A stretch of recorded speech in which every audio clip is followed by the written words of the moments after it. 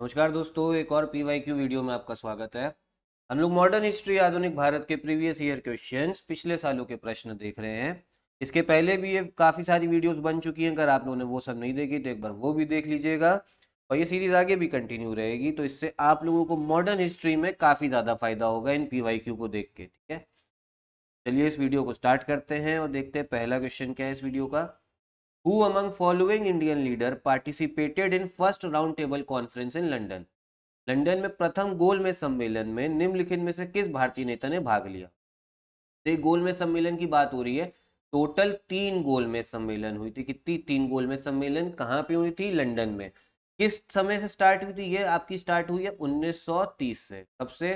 1930 से 3 गोलमेज सम्मेलन हुई है। कब से चालू हुई है? 1930 से। और यहाँ पे बात हो रही है जो पहली आपकी राउंड टेबल कॉन्फ्रेंस थी, प्रथम गोलमेज सम्मेलन, उसमें किसने हिस्सा लिया? तो ऑप्शंस क्या क्या है आपके पास में? मौलाना मोहम्मद अली, मौलाना अबुल कलाम, महात्मा गांधी या जवाहरलाल नेहरू। का करेक्ट आंसर है आपका ए, मौलाना मोहम्मद अली। किसने हिस्सा लिया? मौलाना मोहम्मद अली ने। ठीक है। अब हुआ इसमें था कि जो पहली गोलमेज सम्मेलन थी उसमें कांग्रेस के काफी सारे नेताओं ने इसका बहिष्कार किया था, बॉयकॉट किया था गोलमेज सम्मेलन का, प्रथम गोलमेज सम्मेलन का। और साथ ही साथ में उस समय तक सिविल डिसोबीडियंस मूवमेंट जो था वो अभी तक खत्म हुआ था, खत्म ही हुआ था जस्ट। तो काफी सारे जो कांग्रेस के नेता थे उनको अंग्रेजों ने अरेस्ट कर लिया था, तो वो लोग वैसे ही जेल में थे, तो वो वैसे भी नहीं जा पाए। अब कांग्रेस का ऑफिशियल स्टैंड भी ये था कि हम इसको बहिष्कार करेंगे, बॉयकॉट करेंगे। तो काफी सारे कांग्रेस के नेता जो थे इसमें हिस्सा उन्होंने नहीं लिया था। तो इसीलिए आपको इसमें से नाम जो है वो कौन सा दिख रहा है? वो है मौलाना मोहम्मद अली। तो करेक्ट आंसर क्या है? मौलाना मोहम्मद। अगला क्वेश्चन देखते हैं क्या है। Which of the following leader presided over Calcutta Congress session of 1906? निम्नलिखित में से किस नेता ने 1906 के कलकत्ता कांग्रेस अधिवेशन की अध्यक्षता की थी?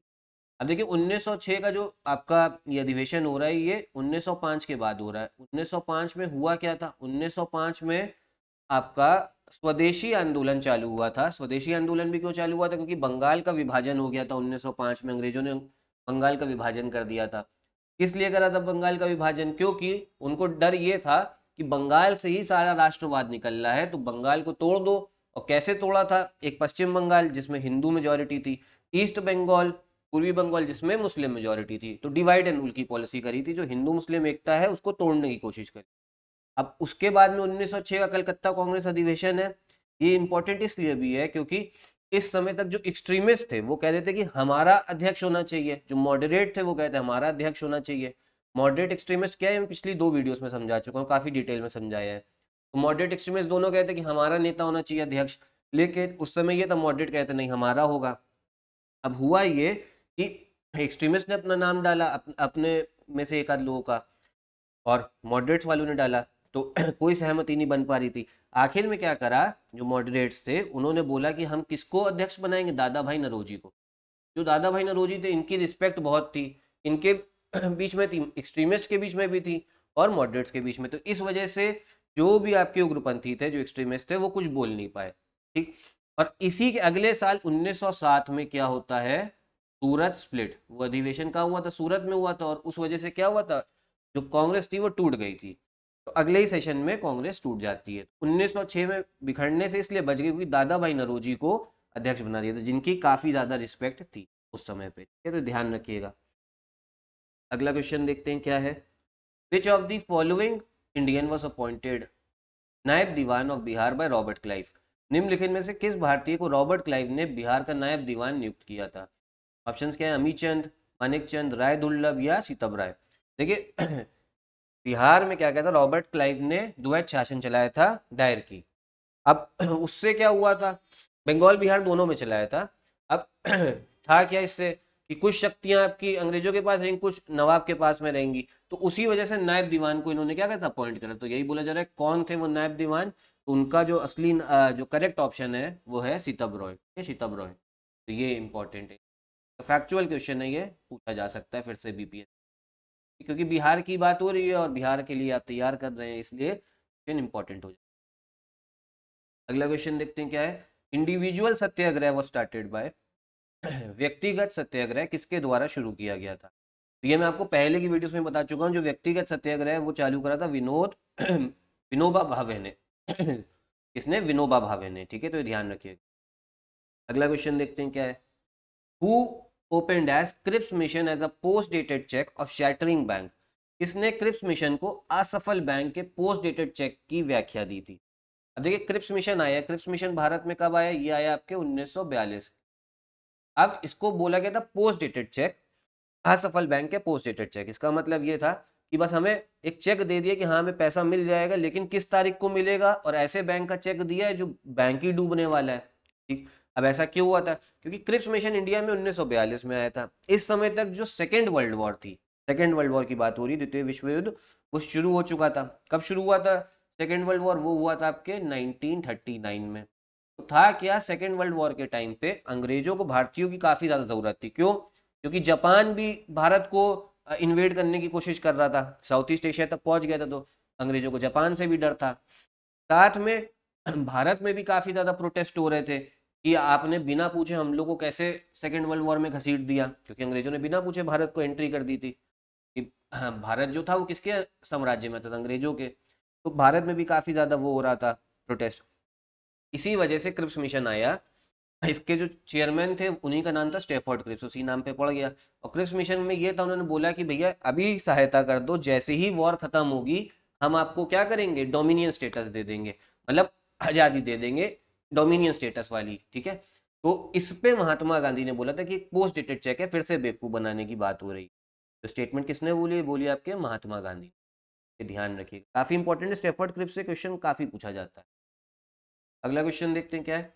Quit India movement started in, Bharat छोड़ो आंदोलन शुरू हुआ कब हुआ, तो ये हुआ आपके 1942 पे। ये काफी बार बता चुके हैं, 1942 में। अगला क्वेश्चन क्या है देखते हैं। Who founded forward block, forward block की स्थापना किसने की। देखिए फॉरवर्ड ब्लॉक की स्थापना हुई है सुभाष चंद्र बोस जी ने करी, ने सुभाष चंद्र बोस ने। क्यों करी है, क्योंकि इनकी कांग्रेस से विचारधारा थोड़ी अलग चल रही थी, कांग्रेस वाले इनकी बात मान नहीं रही थी, तो इन्होंने अपनी एक अलग पार्टी बना ली थी, कौन सी, फॉरवर्ड ब्लॉक।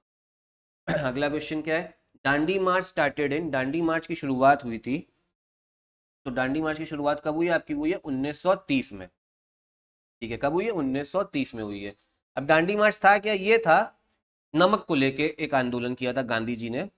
नमक ही को क्यों चुना क्योंकि नमक ही एक ऐसा पदार्थ है, कमोडिटी, जो अमीर के घर में भी जाता है, गरीब के घर में भी जाता है, हिंदू घर में भी जाएगा, मुस्लिम के घर में भी जाएगा। तो इससे हिंदू मुस्लिम यूनिटी, अमीर गरीब सब एक साथ आ सकते हैं, इसको नमक को लेके। तो गांधी जी की ये काफी ज्यादा एक शानदार सोच थी कि ऐसा प्रोडक्ट चुनो जिससे लोग सब साथ में आ जाए, पूरा भारत एक साथ हो, तो अंग्रेजों को खदेड़ने में आसानी होगी।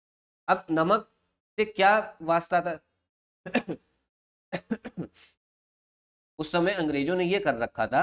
देखिए अभी मेरी तबीयत अभी भी थोड़ी दिक्कत चल रही, दवाई वाई तो चल रही है, लेकिन थोड़ा बहुत मौसम जो है, मौसम की वजह से खांसी आ रही है।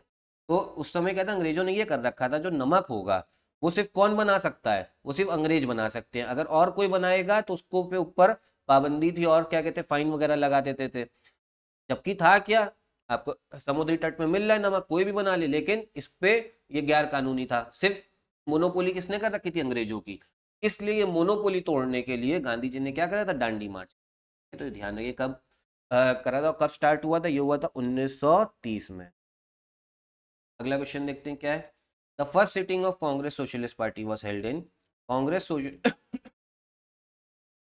कांग्रेस सोशलिस्ट पार्टी की पहली बैठक आयोजित की गई, कहाँ पे आयोजित की गई थी, तो ये तो आपकी आयोजित की गई है पटना में, ठीक है, कहाँ पे, पटना में आयोजित की। अगला क्वेश्चन देखते हैं क्या है। Who among following was not extremist, निम्न में से कौन उग्रपंथी नहीं था, बोला जा रहा है जो नहीं थे। देखिए बाल गंगाधर तिलक आपके एक्सट्रीमिस्ट है, उग्रपंथी हैं, फिर मदन लाल ढींगरा भी हैं, फिर उधम सिंह भी हैं। सिर्फ गोपाल कृष्ण गोखले थे जो उग्रपंथी नहीं थे, ये क्या थे, मॉडरेट थे, उदारवादी थे, लिबरल थे।